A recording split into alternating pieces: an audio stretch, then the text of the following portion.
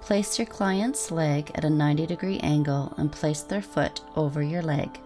Tuck the toes under and lock their heel with your hand. Lock leg position.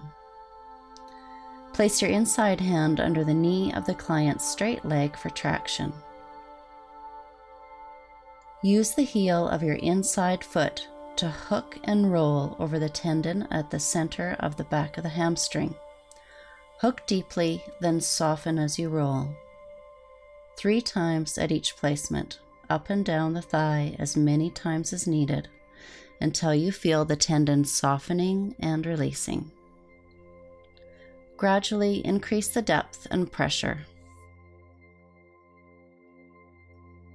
The ischial tuberosity muscle attachment below the sits bone is a key point for releasing tension in the lower back and hamstring.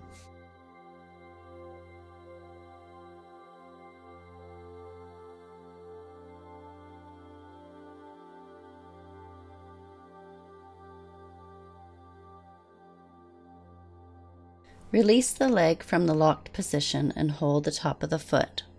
Walk up and down the hamstring with the soles of your feet.